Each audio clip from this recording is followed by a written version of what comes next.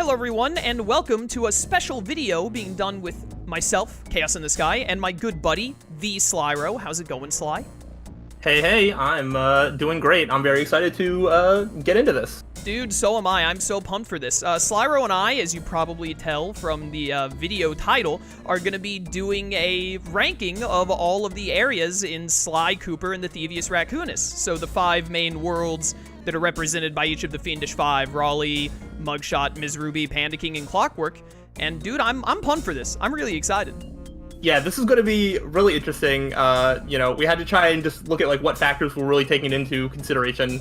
And I just kind of went with my gut and was just like, you know what, this feels right, and so hopefully it turns out to be pretty good. Absolutely. I'm pretty much in the same boat, especially for Sly 1. Pretty much just a general feel of the overall areas, a little bit of like the hub world, which aren't as major in Sly 1 as they are in all of the subsequent games. So I also put in a bit of thought into like the actual levels, since those are more relevant for Sly 1. Mm-hmm. But yeah, dude, I'm super excited to see it. You were actually mentioning before we started that Slyroh here, did you, when you were young, you played Sly Cooper 1? No, the first time I played it, I was probably about like 18, 19. I got it as an adult, but like I remember buying it at like a GameStop, probably when like the PS3 was probably like the newest thing. Yeah. But I still had access to play my PS2, so yeah, I just like played it and I really liked it. And then I think I played it one more time since, and then the playthrough on my channel, I think I played it maybe 3 times total. It's not as much as you would think, but Right, so Sly has played it 3, maybe 4 times, and first time when you were like 18. I got this game when I was like 7 or something, like back when it was new. I think I remember Sly 3 coming out. So wow. I had already like played, I'm pretty sure I played Sly 1 just as 3 was coming out, and then I got 2 and 3, like after 3 was out for a little bit. So I grew up with the original trilogy, and as soon as 4 came out, I played it and then continued from there. It came out in like 2013, so I would have been about 17 or something when that one came out, somewhere around there. But yeah, I played them multiple times, so gonna be a real big difference in like experience basically with the game. Mm-hmm. Between yeah, definitely like different perspectives on these. Absolutely. So I'm super excited. So I mean, if you're ready, I'm ready. You good to go? Yeah, I'm ready. I don't know who wants to start. You know what? List off the first one, or you start. You do it, Sly. Your name right. is in the game. It is. Yeah. All right. I'll start with my number 5. We do need to put out like every one of these worlds, episodes, areas are good. Sly 1, I think, is just like a generally really, really good game. All of them. So it's an yes, amazing franchise. Yes. Also, yes, but, before since this one is specifically about Sly 1, I was like literally just like, there's nothing that I'm like, oh, this is so bad. 100% I agree. I love basically all of the games. None of them, like, there are moments that I'll be like, I didn't really like that, but in terms of like overarching world and all, I enjoy all of them for different things. I do also want to say, Sly and I have not told each other our list, so we could have the completely same list and we don't even know. So it's gonna be really funny to see how this plays out. We'll see. Okay, so yeah, my number 5 is actually episode 5, or the Clockwork World section of the game. So expand upon all right. that. Okay. I definitely don't like the like on rails, like shooting the rocks, shooting the birds. That is not my favorite thing. The next section. I think the next section after that is where you get to be Sly and get to platform around. That part's good. And then you don't have anything to say about the lava slugs?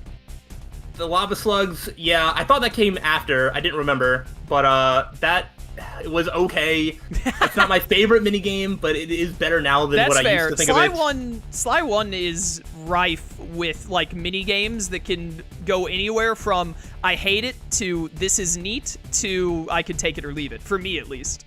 Yeah, but definitely that first section is the weakest, and then some of the fight against Clockwork is like not my favorite. I do like the platforming part of like going up while the lava's like rising.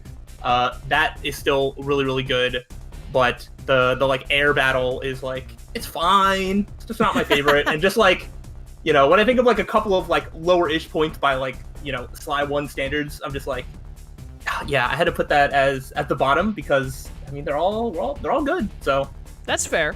I'm really interested to see how our how our lists work out now that you put Clockwork at 3, because it's definitely not my 3. Otherwise, I would have said as much. You mean 5? But, it's definitely not my 5. Yeah, sorry. I was thinking of episode 3 because my 3 is the third one, which is Ms. Ruby. Gotcha. Okay. Yeah, Ms. Ruby is the third one in the game, and that's my number 5. It's really cool aesthetic. I love the spooky, scary swamp and all that, and sliding across all the grime. I love when you start the game and Bentley is like, I can't do this, dude. And he's like, what, are you afraid of ghosts? And then Bentley's like, no, it's disgusting. Have you seen this place? Look at how much bacteria are crawling around here, dude. I can't do that. But it's got some really cool levels in it. Some nice little, like, platforming, sneaky levels. They're fine. I think there are 4 levels in that one. Being chased by the giant death serpent, which gave 7-year-old me nightmares, it's really cool looking back at it. But also at the same time, the snake chase is like really iffy on being able to grab the bottles, and so it can be really annoying when just like one spire jump goes wrong or something, or like one swing of the cane goes wrong, and it's like, well, guess what? You get to do this level again now because you can't even backtrack for it unless you just like off yourself to go back to a checkpoint, which happens to me more often than you would think with how much I've played the game. Ms. Ruby's world also has a lot of those minigame levels we were just talking about, and they're all very, like, take it or leave it for me. It's got the weird chicken minigame that thankfully only shows up once, which I don't really mind, but also is weird, and again, as a kid, I hated it. And same thing for the piranha, like, flamethrower level kind of deal. So I don't like, especially now, I don't hate them, but I'm very much like, I don't care if they're there or not. You could take them out of the game and my experience would be basically the same. I will say, though, one of the reasons I put this so low as my number 5 for Ms. Ruby is the turret skiff level, and I think I've mentioned this to you before. Oh, right, because I really like those. Yeah, really weird. I wonder if you would feel differently if you played the game like a handful more times, not just like one more replay, but a bunch. But those turret skiff levels are always so slow. They are just the slowest levels in the game to me, and every time I get to them, I'm like, all right, let's just go quick, get through it, and then you can get back to the other levels you enjoy. And then on top of all of that, again, what just puts it at 5th for me is that Ms. Ruby's boss fight is definitely the worst boss in the game, in my opinion, and it honestly might just be the worst part in the game for me. Because a lot of times it's just, there are too many times where it's unresponsive, and normally it'd be like, oh, no big deal if like a button input doesn't go through, except for the part where if a button input doesn't go through, you either lose a horseshoe or you just die and then get the start all over. Which sucks. And the checkpoints are really strange in that fight. Yeah, there's basically no checkpoints other than getting on the turtle at the very start. So, so that's why I put Ms. Ruby's at 5th. It's still fun. I love Sly Cooper 1. It's a great game, but when having to put something in 5th, I was like, Ms. Ruby. Yeah, I'm not surprised to hear that. Do you want me to do my 4, or are you going to do your 4? Should we go back and forth, or flip-flop? You can do your 4 if you want. Okay, I don't like the way you said that. I'm a little worried, but I feel like your 4 is probably going to be a pretty safe choice. Yeah, mine's Raleigh. Okay.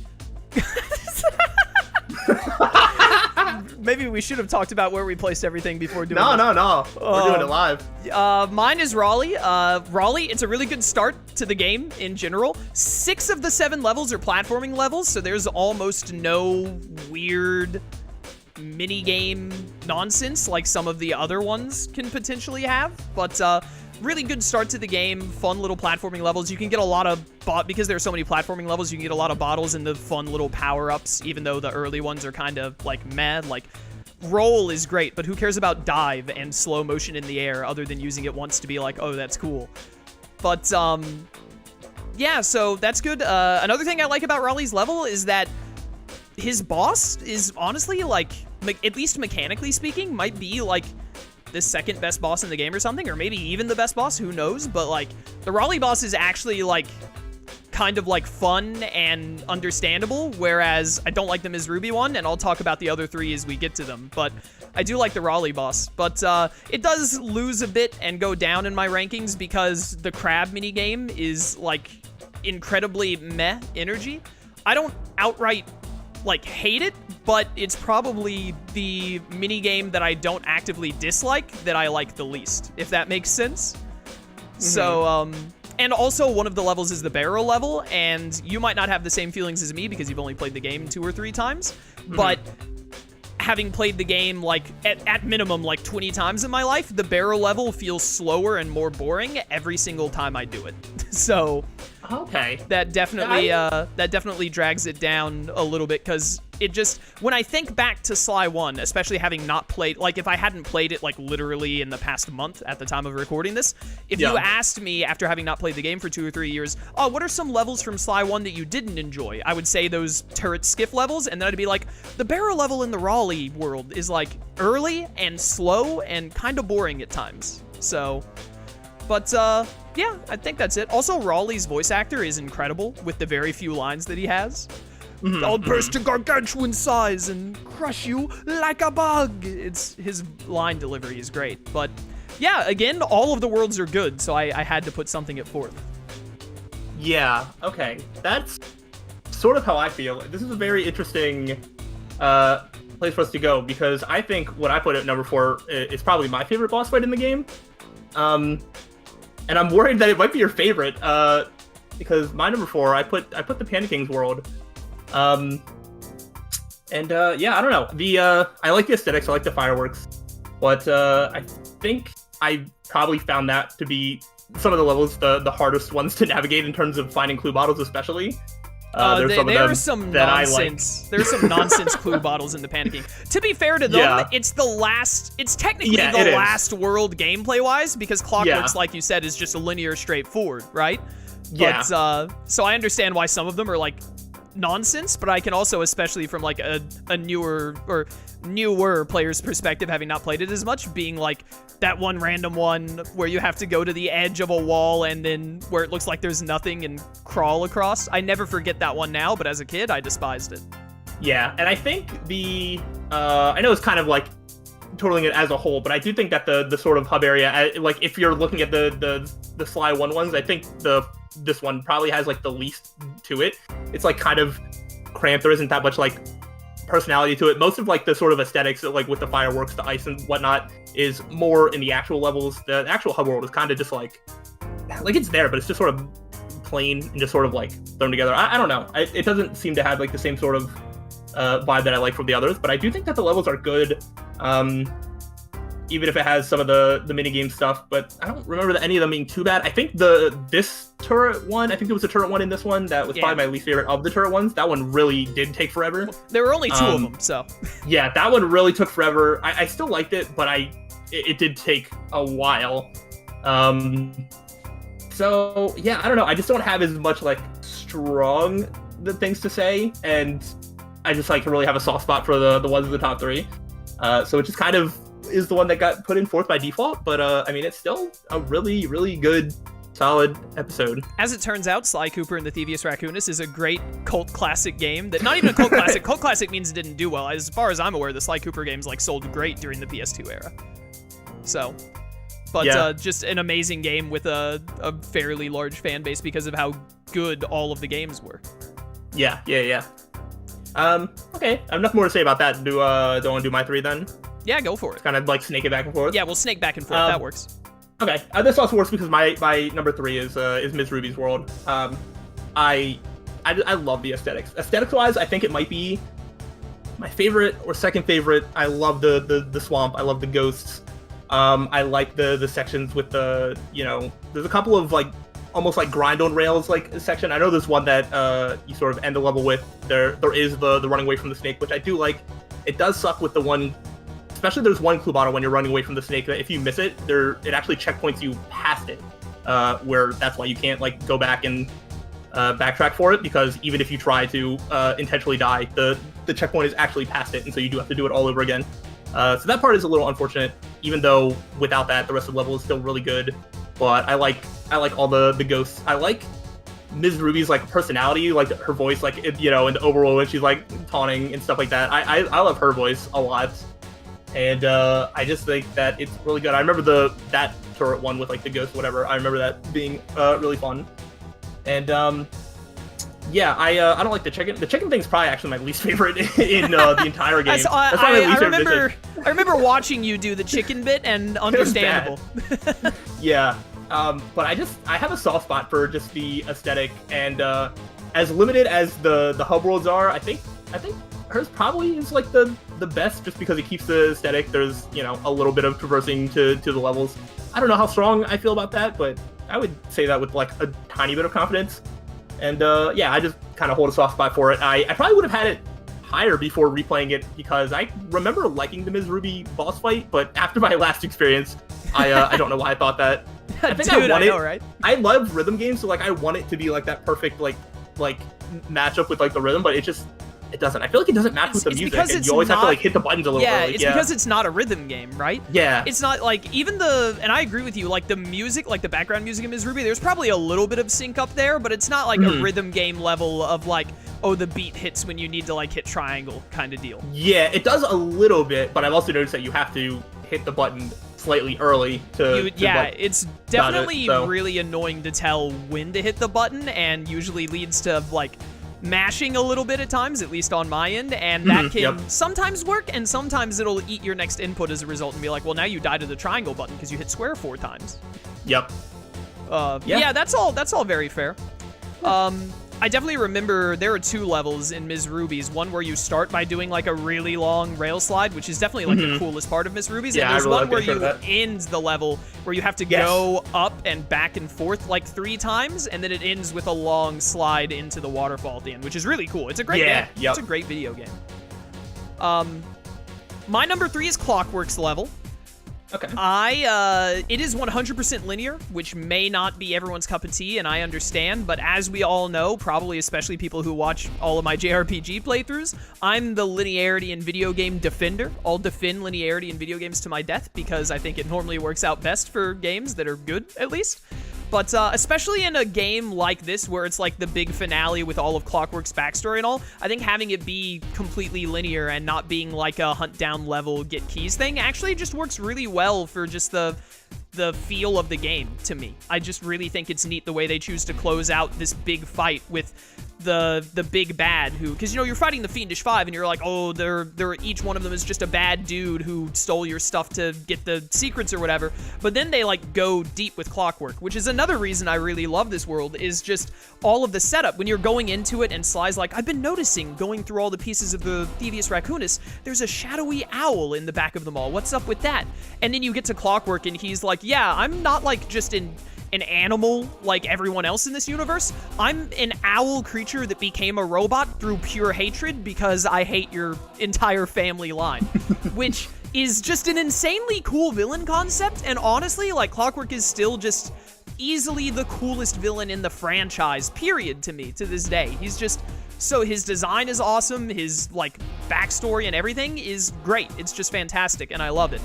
The other major reasons I really love this one, and I let it be 3rd place despite it being your 5th, is that the climbing the sinking tower into the lava bit is one of the coolest levels in the game. And I can easily admit that it can at times be a little finicky with maybe a spire jump here and there, but overall, having just played it again recently, it works smoothly enough, especially for its time, and it's just awesome. It's just a really cool experience to be like, the thing is sinking, Sly, you gotta move fast, and all the different like spire jumps and crawling and breaking gears you have to do going up.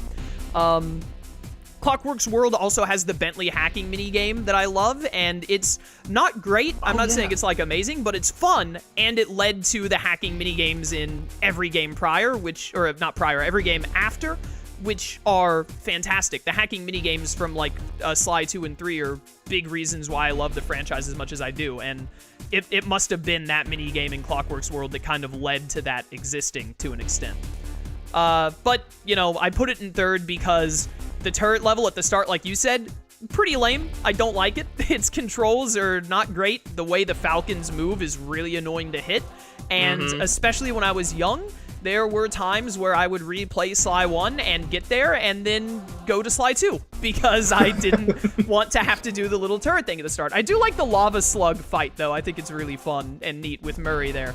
But, yeah, it's also just shorter in general than the other worlds just by virtue of the way it's laid out, which is unfortunate, but also, like, what are you gonna do? Like, at most, they could have fit in one more little level there, and at that point, it might have felt like it outworn its welcome. I don't know, because that's not what they did. But I also, I feel where you're coming from with the Clockwork fight, I think that I benefit from having played the game so much that I kind of just like muscle memory it to an extent with the movement and all, but fighting him in the air with Carmelita's help and just slowly breaking him apart until you have to do a final platforming section to run over and just bust his head open it's such a good end to the game, and I absolutely love it. So yeah, no, it's not bad at all.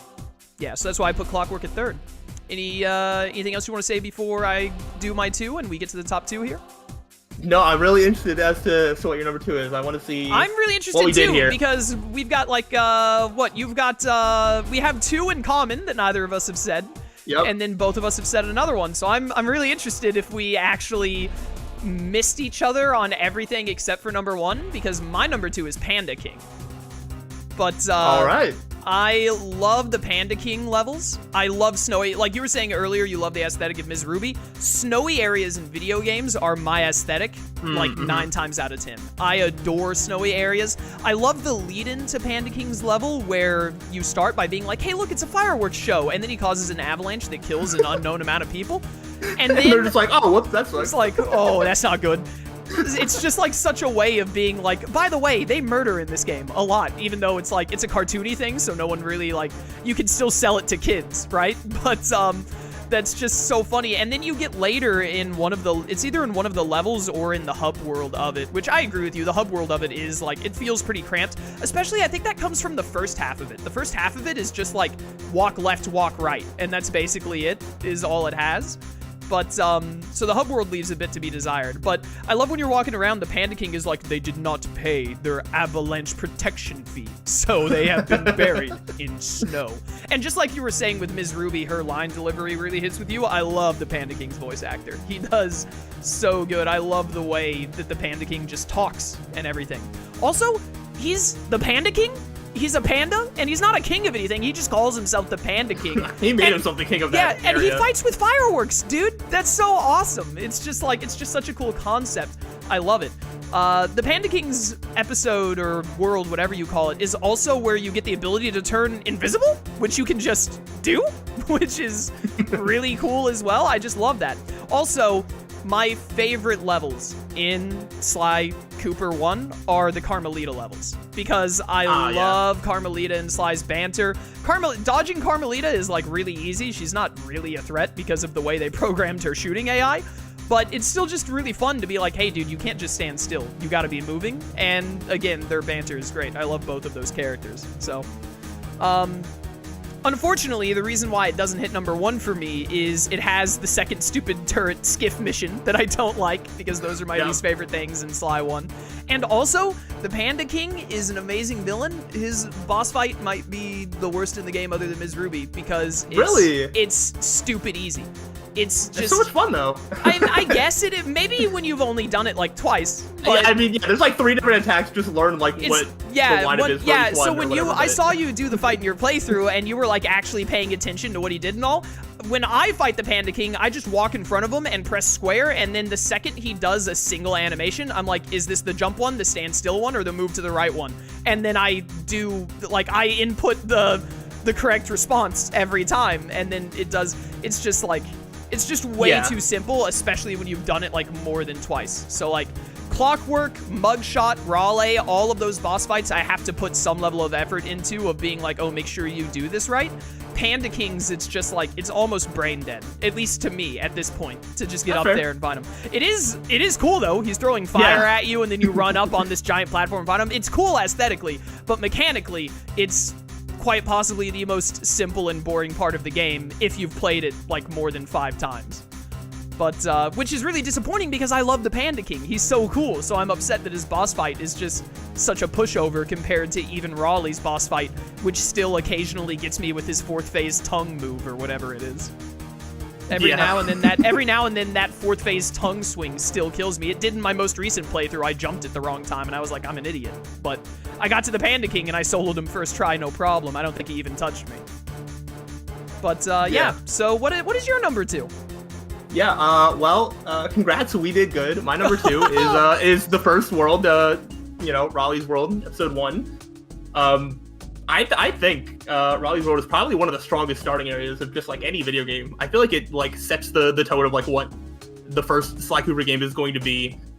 You really get a good sense of Sly and Bentley's like banter with each other, which is fantastic. It does just have a bunch of platforming levels, and like none of them are bad for me. I don't mind the barrel level. No matter how many times it happens, I will always get a kick of just like walking through the things, getting shot like 50 times, and just like barrel next to you be like, yeah, it doesn't faze me. It's funny to me still. I definitely as a kid, there would be times when I was like playing it for like the 8th time, I'd be like, what if I just stand here and wait and like see if they run out of ammo? And spoiler alert, they don't. They don't run out of ammo. Yeah, it's pretty great. So yeah, I like all the levels. I like, you know, the introduction of like, you know, the gameplay, the characters. It's a really good job. It also just has like a sort of, you know, the rainy like aesthetic. I don't know, it's like pretty good. There's just really no downsides to think of, and I think it's like it works super well as like an introductory area. While still like there's still some like tricky clue bottles to find, but you know you can find them. Most of the levels are pretty straightforward, and yeah, I just think it's done really well. I was gonna say I can't really talk that much about the Raleigh boss fight. I died an embarrassing amount of times, which I hope I never die that many times again, because yeah, it shouldn't be more than like one. But yeah, no, it's pretty fun. I'll give you 2. Once to learn like what the mechanic is in general, and then you're allowed to die again when he does the tongue move out of nowhere in the last phase. Okay. Because there's no way to prepare for that unless you know about it, and even then I died to it once. So. Yeah. Fair enough. But yeah, it's just good all around. There's like, for me, there's no downsides. There isn't like, oh, it's good, but this is the only downside. It's good, but the next one checks the same boxes but better. So you know. Very fair. This is very interesting. So we like flipped our 3 and 5, our 2 and 4, and then we somehow had the same one, which is very funny. I was really, when you started with Clockwork's World and then went to Panda Kings next, I was like, please tell me this man didn't put Ms. Ruby at 1 and mugshot at like 3 somehow. I was so worried. But no. I guess we could just both talk here. Mugshot, number 1 world. Yeah, absolutely. Dude, I love it. Would you like to go first, or shall I? Sure, yeah, because I like the sort of intro run-up area, even if I couldn't find the vault or whatever it was, which was really funny. But I like the sort of lead up into the world. I like the casino aesthetic. You know, I know there's like a level with like the neon lights and stuff on top of like the building. It's just like every level just has like a lot of charm to it. The enemies specifically, like the ones that like throw like cars at you, all the ones that just all sort of fit like that. I like the levels in the casinos. That's a pretty fun boss fight as well. It introduces some of the other mini games like the Murray racing and like the one where Murray goes and you're on like the turret with Sly like shooting things. And I just don't have a problem with any of those mini games. I just can't think of a downside. The aesthetic is really good. It's got, you know, the Wild West sort of stuff as well, and it's just really good. I mean, feel free to add on top of that. Oh, it's incredibly good. The Mugshot world just has like the main thing for me that has it be number 1 for me is that it has the biggest concentration of just the most memorable and iconic levels for me. Because if you asked me, again, if I hadn't just played the game, obviously, but if you asked me after I'd been away from the game for a bit, like, hey, what are some of the, like, platforming levels that you really loved in Sly 1? Don't tell me about, like, don't say a boss fight, don't say, like, the Bentley hacking thing, or don't say, like, obviously when you think of Sly 1, you're like, oh, there were the racing mini-games in it, I remember the turret mini-game, but, like, just, what are your favorite, just basic platforming levels? All of the ones that immediately come to mind, other than the Panda King Carmelita level, because I love those, are basically every level from Mugshot. Absolutely, the casino run where you get to jump on the giant spinning roulette at the end is just so interesting and unique and fun to go through. That level, just climbing up, going through a flooded casino for whatever reason and jumping through it, really fun. I think that level is the one where you can find the giant wooden, like, replica of Mugshot, and you didn't do it because you didn't know, but you can, he's got his little legs beneath him moving left and right, and you can just break them where he doesn't have legs. It's just his arms and his torso. It's so funny. So that level really sticks out to me.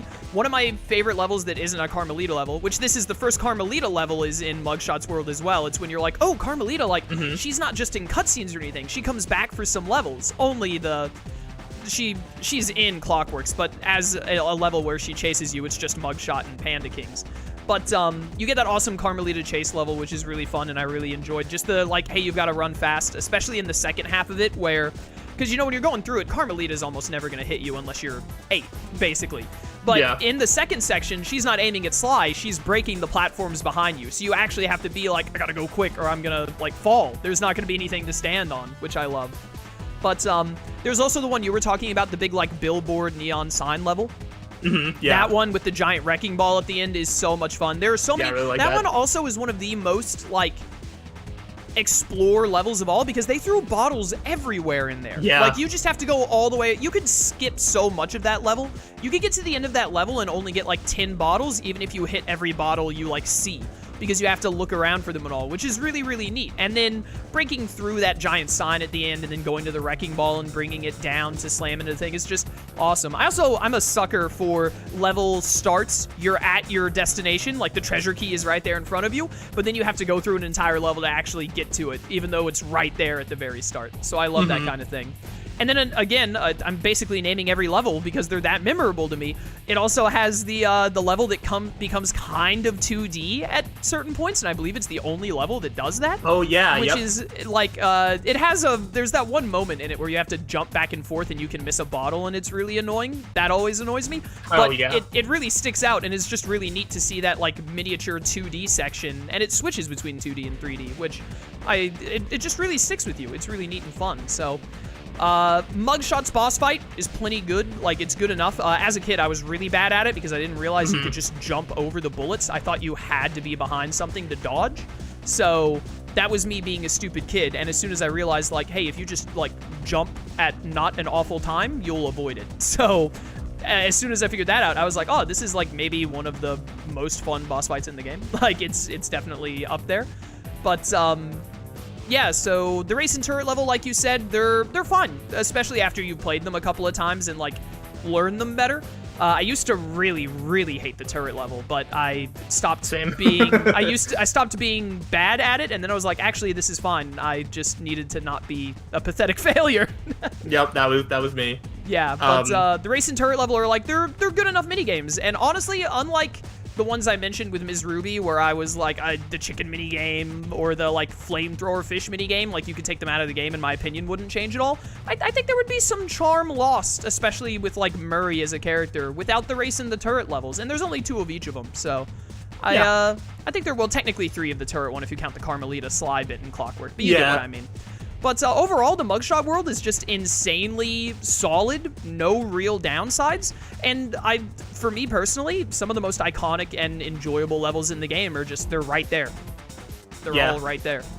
As for final sort of additions, I also like the maneuvering around, like the hub world, like getting to each level, you know, climbing on top of like the things like inside once you get inside, which also probably my favorite unlocking and getting into might be unlocking the tires from a car so you can crash it into like the building or whatever.